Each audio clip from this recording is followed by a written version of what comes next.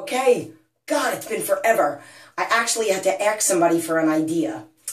Okay, so here's the scenario. I know that I've done a video before on holidays. I've done a video before about why I do what I do. I'm going to combine the two and I'm going to remind you. I think at this time of the year, we all need reminders. Just like that motivational quote where they say that people say that motivation doesn't last. And then they say, yes, it does. Neither does bathing. That's why they recommend that you do it every day. Motivation needs to be something that we do every single day. And reminders need to come up every single day. You need to remind yourself through the holidays because however old you are, if you're 30, 20, 19, 70, you've been doing all these things before you came across my channel, me, fitness, whatever, that you've been doing for all these years, that you've formed that many years of habits that it's going to take some time before you remember. You're going to fall back into old habits. You're going to, that you're surrounded by a lot. And unfortunately, in this time and in this universe, we are surrounded by a lot of negativity and hatred and anger and lashing out, and that is literally what the point of this video is. So basically some key points that we're going to talk about: surviving the holidays and not putting on. This is what I talked about in my Thanksgiving Day video. Not putting on 10 pounds. It's okay if you're phenomenal during the week and you choose one day, Christmas Eve, Christmas Day, to have a treat. It's got to be a resistance training day, so that morning you should get up and do some training, even if it's in your house. And then that it doesn't continue. The reason why people continue to put on pounds is because they don't just have one cheat. One cheat isn't going to kill you. It's they have it and it lasts over and over. Leftovers, they just keep going, and when have your holiday and then you move on. I know there's Christmas Eve and Christmas Day, and then there's New Year's and New Year's Day, but you gotta choose. You gotta choose your health and making memories, as opposed to literally, you're gonna feel terrible the next day anyway. You're probably gonna feel terrible that day. Then family, haters, holiday parties at work, co-workers, people that are mad at you for staying strong if you are somebody that's staying strong. And this comes to me from a client that has this going on in this particular person's job. And okay, I got that. So, okay, so first things first, you can survive the holidays. You can survive anything. I'm going to talk briefly about me being sick. Now, if you've been my friend on Facebook or Instagram or anything, you know that that I've been sick these past couple days. I actually had a terrible fever on Saturday. My husband and my son, they had 103 fevers on Saturday. My son got better on Sunday. The two of them stayed home yesterday. I had 102 fever on Saturday, went to work anyway, went to the studio, trained clients, came home and slept from 11:30 to 4:30. Still, there. My runs haven't been phenomenal for the past couple days because it's really hard to breathe. Today was probably the first good one where I didn't feel 100%, but maybe I felt 90%, and I ran my 5 miles, and I ran it in, I was just about under, I was at 40 minutes, but usually my good time is if I make it under 40 minutes. So that's how I know that I'm getting better. But what motivates me and what makes me keep going, even though I'm sick, because people ask me that all the time, is I don't want to lose track. I don't want to lose my flow. I would much rather get on the treadmill and walk and feel like I'm breathing fire or feel like somebody's slamming a bat in my head and just get through it than give into it. Because I'm somebody that has suffered from so many things in the past of depression and all that other stuff that I don't want, I'm petrified that if I give in one day that I'm very likely to give in another. So just like it's like an addiction to just keep going, it also happens in the reverse. It's so hard to get started again. So I would much rather push a little bit when I know people tell me I need to rest, I need to rest. Been on the treadmill the day after coming home from the hospital after being on an IV. But I can't do that mentally because I just need to stay on it so that it's not as hard for me to get back on track. Maybe it's Tuesday. Maybe I wouldn't have had a great run today if I would have given in on Saturday, Sunday, Monday. You know what I mean? So we could do a little something. So now getting to the holidays.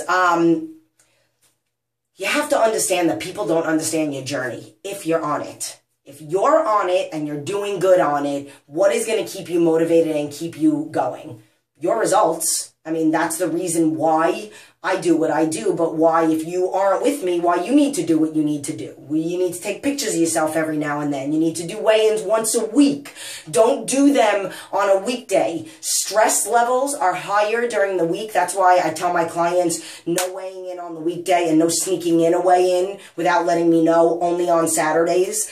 You retain more water throughout the week, and you could literally weigh more on Wednesday and then all of a sudden be totally down by Saturday. And you don't want to obsess about it. You just want to do what you need to do every single day and then check in once a week. Do your measurements once a month. So those are the things that are going to keep you motivated.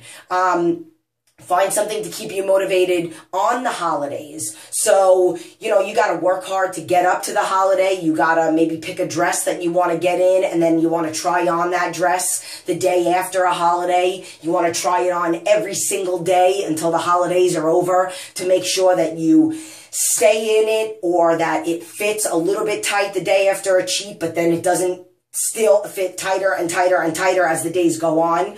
So there needs to be something that's going to keep you motivated. You have to understand that some family members and some coworkers that aren't on the same journey as you just don't get it. They will never get it, and you can't make them get it. Just like my father did not understand me. And it got to a point when I was in the hospital that they said, you can't change your father. You just have to change the way that you deal with him. So at one point in my life, I wrote a journal to my father, and he never read it. Because when I was a kid, I tried to talk to him. Then I thought maybe I was afraid I was going to forget something, so I would write him a letter. And then it was like he never even heard anything. And it's because they're not going to get it. If you have a family member, a cousin, an uncle, an in-law, you're older and maybe one of your nephews or nieces, and they just make negative comments to you, or they throw out all these little things to you as you sit there with your food pre-planned, or if you go out with them and they're eating something that, you maybe would have eaten in the past, but now it's that you don't need it.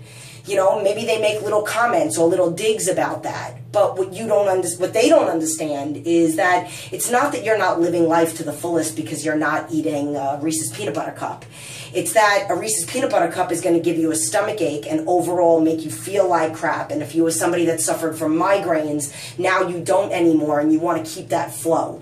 Maybe if you're somebody that has a shoulder issue, a really bad problem with your shoulder, and right now the pain's been fairly decent, but it was terrible months ago, then you want to eliminate that. Maybe you went to the bathroom 9 times a day, and now you're going to the bathroom 2 and 3 times, or once a day, and you don't want to go to the bathroom 1,000 times a day, but they're never going to get that, and you don't have to justify that to them. You don't have to explain anything to them. They just don't get it. That's why I made a video about having an emergency, like a backup gossip or a backup conversation that you have to have, and you need to motivate yourself. So I did a video a while ago, and this is just a reminder, about a client that used to go over the family member's house. And I said, just like a coach, that this football guy, he's a football coach, and he's giving his team, they're in the championships, or they're in the whatever, I don't even know, the Super Bowl. And what does he do? He gives the award-winning speech about what's going to get them motivated to get out there. And then they scream and slap and chest pop and all that other stuff to get them motivated. You need to do that. We all need that. You need to sit in your car, you need to sit in your bathroom, you need to look at yourself, and you need to say, I'm stronger than them, I'm better than this, I will get through this. This is going to be my go-to conversation whenever they start to put me down or try to make me feel like crap. It's very important that you have your backup plans and that you motivate yourself. You're all you need, but you need to do it. So you can't walk in there blinded with no game plan whatsoever, and then you get attacked and you're like, oh God, okay, fine, give me cake. Like that, no, you have to go in there with a game plan. We all have the time to make a game plan. While you're brushing your teeth, you can make a game plan. You can listen to one of my videos. If you have family members in the house, put the headphones in and put it on. You don't need to listen to me. I'm just standing here in a sports bra. You just need to listen to me talk. Whatever it takes, you need to have somebody that's there and yourself to get yourself ready. You're going to a holiday party. Why do you have to eat the garbage food at holiday parties? I've made a video about corporate people, corporate businesses, how they give their employees, chocolate and gift baskets of garbage food when all they're doing is making their employees less efficient at their job. If they gave them healthy things like a gift basket or a gift certificate to Whole Foods or something like that, they're making their employees healthier, and then also making them their brain, their creativity, their, less lethargic, all those other things. So you're at a holiday party, obviously from an employee that you're at, and what are they doing? They're feeding you with garbage so that you feel like crap. Maybe the day after Christmas you don't want to go into work. You're more likely to call in sick to work because you feel like garbage. It's your fault. But in a way it's not, because you have the control. They're not putting a gun to your head and telling you to eat the food at the holiday party. You could eat before you go. You could have a snack with you. You can go get something out of your car and go eat something. Nobody needs to even be... Why is anybody even paying attention to what you're eating? If you're standing there with a coworker and they're like, I noticed you haven't even eaten and you've been at the party for 3 hours. I did. I'm like, worry about yourself. What the hell are you... What are you, monitoring me? Are you taking notes? I ate right before I walked in. But, I mean, you don't even have to say that. If people get mad at you, and this I've heard from this person that sent me this, and I've seen it, like the way that they react, like, oh, no thanks, I'm not going to have any cake. Why? Like, they get mad at you. And what are they mad at? No, not you. They're mad at themselves because they wish that either they were your size, they wish they had your determination, they wish that they worked out like you. Literally, anybody that suffers from any other emotion than just peacefulness, relaxation, happy, endorphins, anything else is just a reflection of how they feel. Road rage, anger, depression, it is a reflection of what anything that they lash out at anybody is a reflection of what they feel. Sometimes if somebody is angry, like, and I'll give perfectly me as an example. I was very angry at my mother, and I did the video with me and my mom, and I would yell at her and curse at her, and I hate that I did that to her. And I hope that my mom understands it now, that that was my crap. That was my ish. That was me mad because every time I lashed out at her, I was either mad that she knew my secret, mad that she could hear me up there binging and purging, mad that I wasn't getting away with the lie that I'm not doing it right now. That was usually the time. Leave me alone, get out of here, I'm not doing anything, and then wanting her to just leave so that she wouldn't hear me, or I'm trying to purge like quietly. And anytime somebody lashes out at you, if you talk to them about anything, which you shouldn't, it's none of your business what they're doing. Don't try to help somebody unless they ask for help. And if they do, you give them advice and then that's it. Or you give them, a helping hand or a little piece of, a little coping skill or something that you do or whatever, but you can't offer it to somebody that's not asking for it. And again, their lashing out on you is really just a reflection of themselves. So it's really important that you do your best to earn cheats and then take one if you want to. Maybe if you're out with a family member and they're like, how come you're not eating this? Oh my God, you're totally depriving yourself. Maybe that's not your choice. Like, for example, maybe you're out and your family members are eating pizza. And maybe you don't like pizza. You'd much rather have your cheat as, an ice cream sundae from Cold Stone. I don't want to have both because I can't. Because I don't want to put on 10 pounds in a day. I don't want to put on 22 pounds in a weekend. Maybe that's just not your choice. But you don't need to justify that to them. So at the end of the day, it's all about being at peace with you. The holidays is a time to make memories with your family. Come prepared. Give yourself your coaching speech. Have a backup conversation. Bring games. Oh my God, games are so much fun. card games, board games, Pictionary, you know, the old school games that you don't need anything. You play charades. I mean, anything. Conversation, a book that you read, anything. Because that's really what these holidays are about. And if you're around somebody that is just, you can't change a subject, you can't change them, they're just being really negative, you just avoid it. If it's a coworker, you avoid it. If it's a family member, you do your best. If you can't change the subject, then ignore them. And then if it gets to the point where they just are being blatantly rude, then you just have to put your foot down.